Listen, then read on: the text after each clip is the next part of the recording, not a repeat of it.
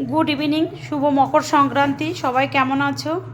চষির পিঠে করছি, পায়েস হবে। ছেলে খেতে চেয়েছে, আমি করছিলাম, ও ওই লম্বাগুলো পাকিয়ে দিচ্ছে আর কি। দেখবে কি করে করতে হয়। রূপা ধর, মোবাইলটা এভাবে ধর, দেখো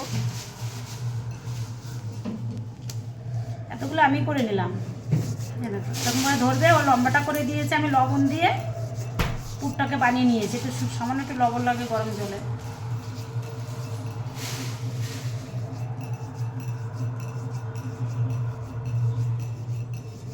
এরকম করে করতে হয়। রান্নাঘরে দুধ জাল হচ্ছে, এটা মোটা হয়ে গেছে।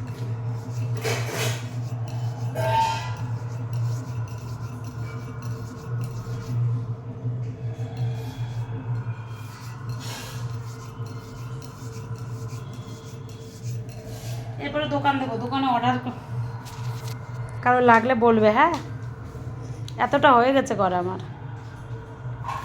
এখানে আমাদের চৈতালি কালকে আর সবজিগুলো কেটে রাখছে। দুধ জাল বসিয়েছি গুড় দিয়ে, কারণ পিঠেটা এর ভিতরে আর কি চষিটার ভিতর দিয়ে দিলে হয়ে যাবে। এখন মোটামুটি রেডি আমার।